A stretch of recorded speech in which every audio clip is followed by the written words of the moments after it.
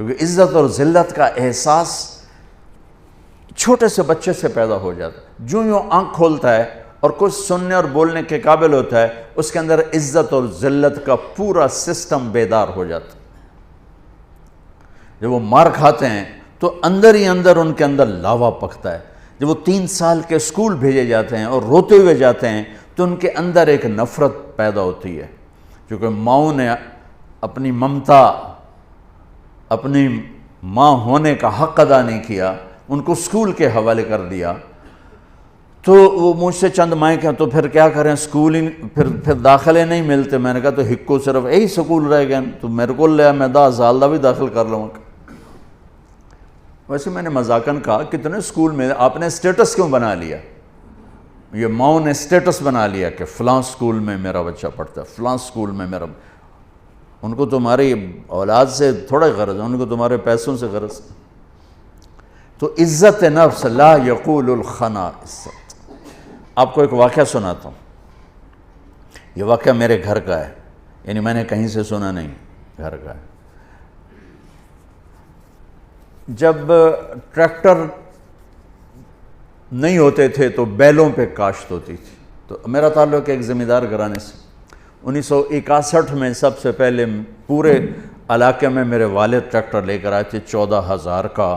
تو بڑی ہل ہو گئی بھی، میاں لبک 14,000 دا ٹریکٹر لے آئے. 14,000 وہ 1,000 کو نہیں دیکھتا تھا اس وقت. تو 14,000 کا ٹریکٹر، وہ تو سارے دھوم مچ گئی کہ میاں لبک 14,000 دا ٹریکٹر لے لیا. تو وہ بیل ہوتے تھے. ہمارے ایک بیل نے چارہ کھانا چھوڑ دیا. تو 1-2 دن تو نوکر نے نوٹس نہیں لیا. تیسرے دن ان کا میاں صاحب داند کہتے ہیں ہماری زبان میں، داند جڑا بیل ہے تو چارہ نہیں، پٹھے نہیں کھا رہا.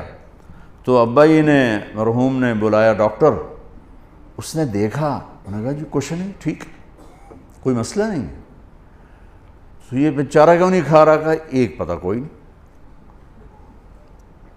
تو ایک دیسی حکیم تھا ہمارے قریب.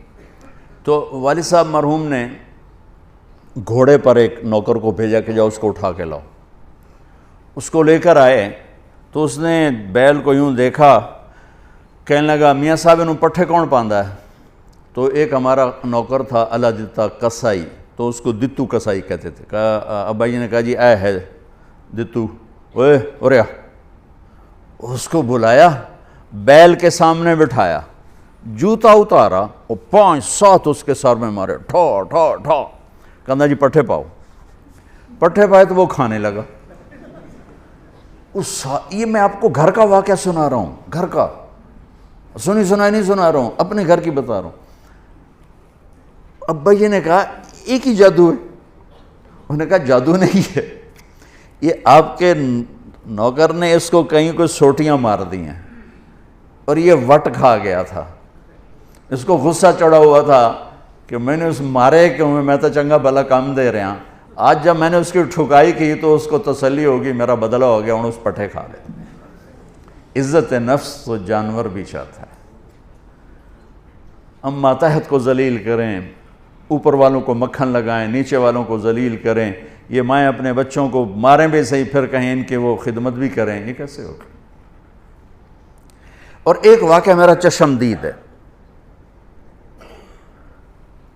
ایک میرے والد صاحب کو گھوڑے رکھنے کا شوق تھا، تو بڑے نسلی گھوڑے رکھا کرتے. ایک گھوڑا سفید رنگ تھا، اسے نکرا کہتے ہیں.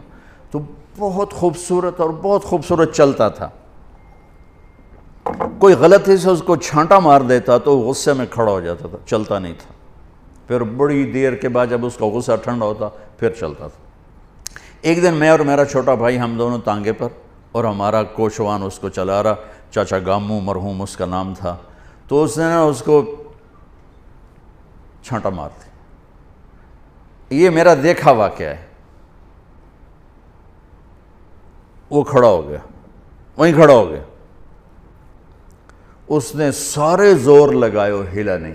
3-4 آدمی بولا. جب ایسے کبھی گھوڑا تانگے میں کھڑا ہو جاتا تھا تو پھر ایک دیہاتی ٹرک تھا، 2-3 آدمی ادھر ادھر پہیے کو گھماتے تھے. پہیا گھوم کر جب وہ تانگے کی لگتی تھی نا اس کو ہک اس کے پشت میں ہی پیچھے، تو تو پھر وہ چل پڑتا تھا. تو انہیں 3-4 ادھر 3-4 ادھر زور لگا لی, وہ ہلا ہی نہیں. اب دیکھیں اس نے کیا کیا, وہ نیچے آیا اور اپنی پگڑی اتاری اور اس کے پاؤں پہ رکھ کے کہنے لگا اللہ دا نام ہن تا ٹور پاؤ. یقین مانے میں آپ کو آنکھوں دیکھا بتا رہا ہوں. اس کے بعد اس نے آ کے لگام اٹھائی, گھوڑا چل پڑا. آپ سیرت النبی کا ایک لفظ لے لیں تو آپ سب کے لیے کافی ہو جائے گا, میرے لیے کافی ہو جائے گا, ان مستورات کے لیے کافی. کہ ہم میٹھا بول نہیں بولتے. بطور ماں مجھے کیسے بولنا چاہیے, ہم نہیں بولتے. بطور باپ مجھے کیسے بولنا ہے, نہیں بولتے. بطور بھائی مجھے کیسے بولنا ہے, ایسا بول ہم نہیں بولتے. بطور باس مجھے ماتحت کے ساتھ کیسے بولنا ہے, ہم نہیں بولتے. بطور مالک مجھے نوکر کے ساتھ کیسے بولنا ہے, ایسا ہم نہیں بولتے. ایک دوست کے ساتھ مجھے کیسے بولنا, ہم نہیں بولتے. تو سارے معاشرے میں آگ لگ گئی, محبت نام کی شے مٹ گئی. وفا تم نہ دیکھو گے ہرگز کسی میں, زمانہ وہ ایسا عجیب آ رہا ہے. تو وفا محبت کیسے اٹھتی ہے, جب یہ ناگن بن جاتی ہے. میرے رب کی قسم, پوری دنیا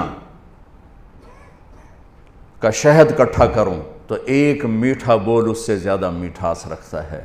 اور اللہ کی قسم 7 سمندر کی کڑواہٹ اکٹھی کروں تو ایک زبان کا کڑوا بول اس سے زیادہ کڑواہٹ رکھتا ہے.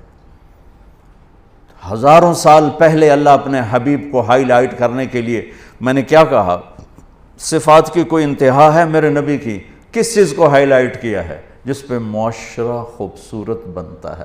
لا یقول الخنا, جو کبھی ایسا بول نہیں بولے گا جو کسی کے دل کو توڑ دے, کسی کا آنسو بہہ جائے, کسی کی آہ نکل جائے, کسی کی فریاد نکل جائے. میرے نبی نے فرمایا اسلام کا سب سے مضبوط عمل آپس میں محبت کرنا ہے. اور محبت کیسے پیدا ہوتی ہے, میٹھے بول سے, اچھے اخلاق سے.